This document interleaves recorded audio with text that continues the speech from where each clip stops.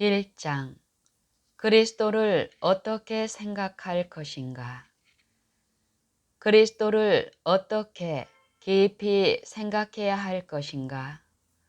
예수께서 자신을 세상에 보여주신 그대로 자신에 관해서 증거하신 말씀을 따라서 깊이 생각해야 한다.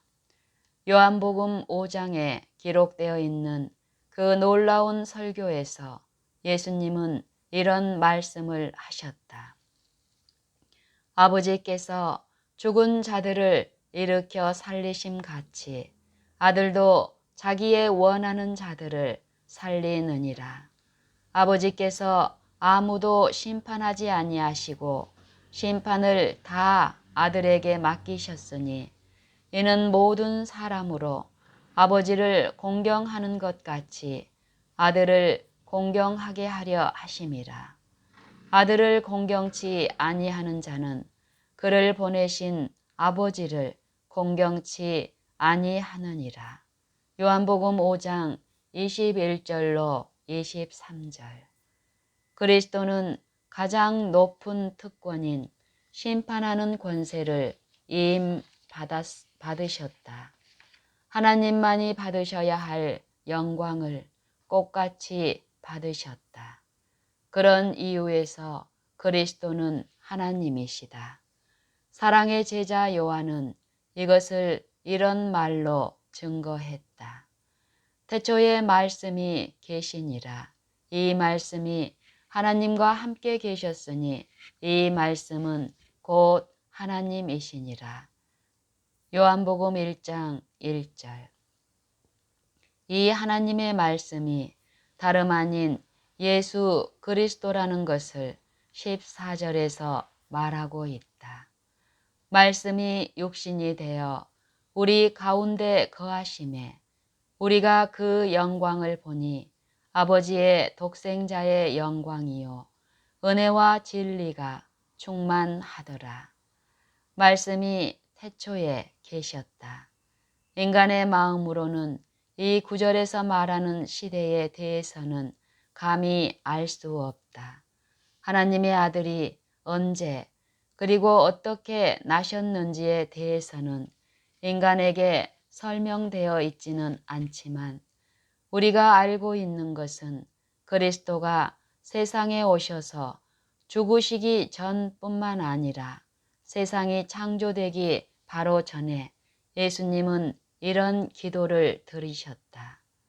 아버지여, 창세전에 내가 아버지와 함께 가졌던 영화로서 지금도 아버지와 함께 나를 영화롭게 하옵소서. 요한복음 17장 5절. 그리스도의 초림 700여 년 전에 영감의 말씀은 그의 오심을 이렇게 예언하였다. 베들레헴 에브라다야, 너는 유다 족속 중에 작을지라도 이스라엘을 다스릴 자가 내게서 내게로 나올 것이라. 그의 근본은 상고의 태초에니라. 미가서 5장 2절. 우리는 그리스도가 하나님께로 나서 왔음을 알고 있지만 그 사실은 영원 전의 시대로 거슬러 올라가기 때문에 인간의 마음으로는 깨달을 수 없이 아득한 것이다. 2장 그리스도는 하나님이시다. 성경의 여러 곳에서 그리스도를 하나님이라고 부르고 있다. 시편 기자는 이런 말씀을 하였다. 전능하신 자 하나님 여호와께서 말씀하사 해 돋는 데서부터 지는 데까지 세상을 부르셨도다. 온전히 아름다운 시온에서 하나님이 빛을 발하셨도다. 우리 하나님이 임하사 잠잠치 아니하시니 그 앞에서 불이 삼키고 그 사방에서 광풍이 불리로다. 하나님이 그 백성을 판단하시려고 윗 하늘과 아래 땅에 반포하여 이르시되 나의 성도를 내 앞에 모으라. 곧 제사로 나와 언약한 자니라 하시도다. 하늘이 그 공의를 선포하리니 하나님 그는 심판장이심이로다. 시편 50편 1절로 6절. 이 구절의 말씀에서 그리스도에 대하여 말한 것으로 보아 다음과 같은 사실을 알 수 있다. 첫째로 이미 배운 바와 같이 모든 심판을 아들이 이임받으셨다는 사실과 둘째로 그리스도의 재림 시에 천사들을 보내어 그의 택하신 자들을 사방에서 모으신다는 사실이다. 마태복음 24장 31절 참조. 우리 하나님이 임하사 잠잠치 아니하실 것이다. 그렇다. 왜냐하면 주께서 친히 하늘로부터 강림하실 때에 호령과 천사장의 소리와 하나님의 나팔을 불면서 오실 것이기 때문이다. 데살로니가전서 4장 16절. 이 호령은 하나님의 아들의 음성이 될 것이며 무덤 속에 있는 자들이 다 듣고 무덤에서 나오게 될 것이다. 요한복음 5장 28절 29절 참조. 그들은 살아있는 의인들과 함께 공중으로 올려져서 주님을 만나게 될 것이며 영원토록 주님과 함께 있을 것이다. 이렇게 하여 우리가 그 앞에 모임을 가지게 될 것이다. 데살로니가 후서 2장 1절, 시편 50편 5절, 24장 31절, 데살로니가 전서 4장 1절과 비교. 그 앞에는 불이 삼키고 그 사방에는 광풍이 불리로다. 왜냐하면 주 예수께서 저의 능력의 천사들과 함께 하늘로부터 불꽃 중에 나타나실 때에 하나님을 모르는 자들과 우리 주 예수의 복음을 복종치 않는 자들에게 형벌을 주실 것이기 때문이다. 데살로니가 후서 1장 7절 8절. 그러므로 시편 50편 1절로 6절은 그리스도께서 자기의 백성을 구원하기 위하여 오시는 재림을 생생하게 묘사하고 있는 것으로 알고 있다. 재림하실 때에는 전능하신 하나님으로 오실 것이다. 하박국 3장과 비교. 초림하시기 오래전에 선지자 이사야는 이러한 위로의 말씀을 이스라엘에게 하였다. 이는 한 아기가 우리에게 낳고 한 아들을 우리에게 주신 바 되었는데 그 어깨에는 정사를 메었고 그 이름은 기묘자라 모사라 전능하신 하나님이라 영존하시는 아버지라 평강의 왕이라 할 것임이라. 이사야 9장 6절. 이 말씀은 단순히 이사야의 말이 아니다. 하나님의 영이 하신 말씀이다. 하나님은 아들에게 직접 말씀하실 때에도 같은 이름으로 부르셨다. 시편 45편 6절에서 이런 말씀을 하셨다. 하나님이여 주의 보좌가 영영하며 주의 나라의 홀은 공평한 홀이니이다. 무심코 읽는 사람은 이 이름을 단순히 시인이 하나님을 찬미하는 말로 생각할지도 모른다. 그러나 신약 성서로 가서 볼 때에 훨씬 그 이상의 뜻임을 알 수 있다. 하나님 아버지께서 아들에게 말씀하시면서 그 아들을 일컬어 하나님이라고 하시는 것을 알 수 있다. 히브리서 1장 1절로 8절 참조. 이 이름은 그리스도가 어떤 큰 업적을 세운 결과로 받은 것이 아니고 기업으로 얻으신 것이다. 그리스도의 능력과 뛰어나심에 대하여 말하면서 히브리서 기자는 저가 천사보다 얼만큼 뛰어남은 저희보다 더욱 아름다운 이름을 기업으로 얻으심이니라고 했다. 히브리서 1장 4절. 아들이 아버지의 이름을 받는 것은 당연한 일이다. 그러므로 그리스도께서는 하나님의 독생자로서 같은 이름을 가지는 것은 당연한 일이다. 또한 아들은 다소의 차이는 있으나 아버지를 판박듯 닮기 마련이다. 어느 정도 아버지의 모습과 개성을 지닌다. 그러나 완전히 닮을 수는 없다. 왜냐하면 인류에게는 완전히 꼭 닮은 것은 있을 수 없기 때문이다. 그러나 하나님에게나 그의 하시는 모든 일에는 결코 불완전이 없다. 그러므로 그리스도는 아버지의 본체의 본체이시다. 히브리서 1장 3절. 자존하시는 하나님의 아들이므로 나면서부터 하나님의 모든 속성을 가지셨다. 하나님에게 아들이 많으신 것은 사실이다. 그러나 그리스도는 하나님의 독생자이시다. 그러므로 어떤 점에서는 하나님의 아들 외에는 어떤 존재도 일찍이 없었고 또 있을 수 없다는 말이 된다. 천사들은 하나님과 같이 창조에 의하여 천사들은 아담과 같이 창조에 의하여 하나님의 아들이 되었고 그리스도인들은 입양에 의하여 하나님의 자녀가 되었지만 그리스도는 출생에 의하여 하나님의 아들이 되신 것이다. 히브리서 기자는 하나님의 아들이라는 지위는 그리스도를 격상시켜 만든 지위가 아니고 기업으로 얻은 지위임을 말하고 있다.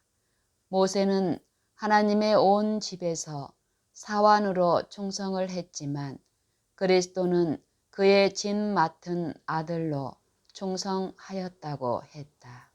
히브리서 3장 6절. 또 그리스도는 집 지은 자라고 말했다. 여호와의 전을 건축하고 영광을 받으시는 분이 바로 그리스도이시다. 스가랴 6장 12절 13절 참조. 그리스도 자신도 하나님이심을 크게 강조하여 가르치셨다. 젊은이가 와서 묻기를 선한 선생님이여 내가 무엇을 하여야 영생을 얻으리이까? 라고 했을 때에 예수께서는 물음에 곧이어 대답하시기 전에 네가 어찌하여 나를 선하다 일컫느냐? 하나님 한 분 외에는 선한 이가 없느니라고 말씀하셨다. 마가복음 10장 17절 18절. 예수님은 무슨 의미로 이런 말씀을 하셨는가? 자기를 일컬어 부르는 칭호를 부인하려는 것이었을까? 그 자신이 완전 무결하게 선하지는 않으시다는 것을 암시하는 것이었을까? 자신을 겸손하게 낮추시는 것이었을까? 결코 그렇지는 않다. 왜냐하면 그리스도는 온전히 선하신 분이기 때문이다. 예수님을 계속 주시하면서 무엇인가 책잡을 수 있는 허물을 찾고 있던 유대인들에게 명확하게 이런 말씀을 하셨다. 너희 중에 누가 나를 죄로 책잡겠느냐? 요한복음 8장 46절.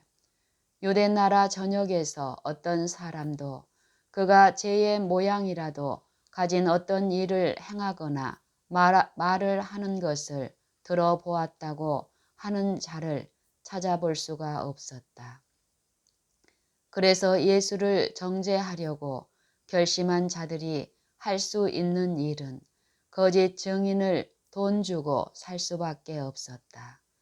베드로는 말하기를 저는 죄를 범치 아니하시고 그 입에 괴사도 없으시며 라고 했다. 베드로전서 2장 22절. 바울은 죄를 알지도 못하신다고 했다. 고린도후서 5장 21절. 시편 기자는 여호와는 나의 바이시라. 그에게는 불의가 없다고 하였으며 시편 92편 15절.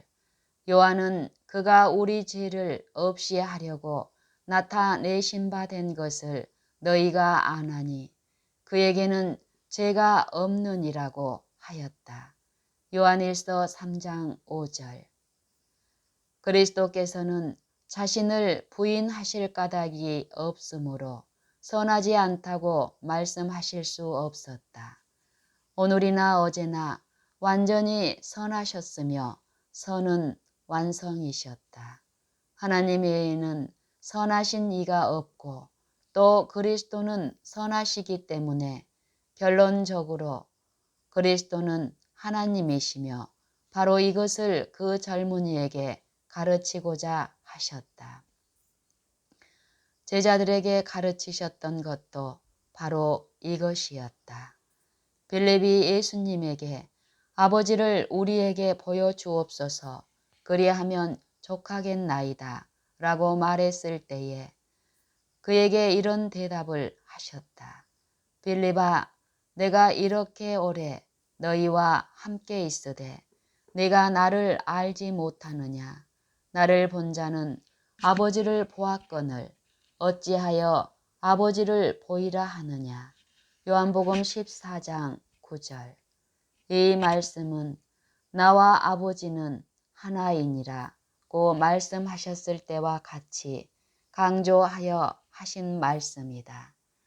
요한복음 14장 8절 9절 10장 30절. 비록 인간들과 같이 세상에 계셨을 때라도 그리스도는 하나님이셨으므로 아버지를 보여달라고 요청을 받으셨을 때에 나를 보라고 말씀하실 수 있었다. 또 이 말씀과 더불어 마음에 떠오르는 말씀은 아버지께서 맏아들을 세상에 보내실 때에 하나님의 모든 천사가 저에게 경배할지어다 라고 하신 말씀이다. 그리스도께서 경배를 받으실 수 있었던 것은 창세 전에 아버지와 영광을 누릴 때뿐만 아니었다. 베들레헴의 아기로 오셨을 때에도 하나님은 모든 천사들에게 명하여 그에게 경배 드리도록 하셨던 것이다. 유대인들은 그리스도께서 자신에 관해서 가르치는 바를 모르고 있었던 것은 아니었다. 아버지와 하나라고 선언하셨을 때에 유대인들은 돌을 들어 치려고 하였다. 그가 행한 선한 일 중에서 어떤 일 때문에 돌로 치려고 하느냐고 물었을 때에 그들은 이렇게 대답을 했다. 선한 일을 인하여 우리가 너를 돌로 치려는 것이 아니라 참남함을 인함이니 네가 사람이 되어 자칭 하나님이라 함이로다. 요한복음 10장 33절. 만일 그들이 생각한 대로 예수께서 한낱 사람에 불과했다면 그가 한 말씀은 두말할 것 없이 참남이 되었을 것이다. 그러나 그는 하나님이셨다. 그리스도께서 이 땅에 오신 목적은 하나님을 사람들에게 나타내어서 사람들이 자기에게 나아오도록 하려는 것이었다. 그러므로 사도 바울은 말하기를 하나님께서 그리스도 안에 계시사 세상을 자기와 화목하게 하시며 라고 했으며 요한은 하나님이신 말씀이 육신이 되었다고 하였다. 고린도후서 5장 19절, 요한복음 1장 1절 14절. 이와 관련시켜 계속하여 말하기를 본래 하나님을 본 사람이 없으되 아버지 품속에 있는 독생하신 하나님이 나타내셨느니라고 하였다. 요한복음 1장 18절. 특별히 아버지 품속에 있는 독생하신 하나님이라는 표현에 주목해 보라. 하늘에서는 물론 땅 위에서도 하나님의 품속에 계시며 여전히 하나님 중에 한 분이시다. 현재 시제의 사용은 계속적인 존재하심을 의미한다. 예수께서 유대인들에게 아브라함이 나기 전부터 내가 있느니라고 말씀하셨을 때에도 이와 같은 사상을 나타내셨다. 요한복음 8장 58절. 또 떨기나무 불꽃 가운데 모세에게 나타나셔서 그의 이름을 나는 스스로 있는 자니라고 선언하셨던 그분과 동일한 분이심을 보여주고 있다. 끝으로 사도 바울이 예수 그리스도에 관하여 하신 영감적인 말씀을 보자. 아버지께서는 모든 충만으로 예수 안에 거하게 하시고 골로새서 1장 19절. 그리스도 안에 거하는 이 충만이 무엇임을 이 장에서 알 수 있다. 그 안에는 신성의 모든 충만이 육체로 거하시고 라고 말하고 있다. 골로새서 2장 9절. 이 말씀은 그리스도께서 하나님의 모든 속성을 타고 나셨다는 사실을 매우 완벽하고도 명백하게 증거하고 있다. 그리스도의 신성에 대한 문제는 계속 숙고해 나간다면 매우 분명하게 이해될 것이다.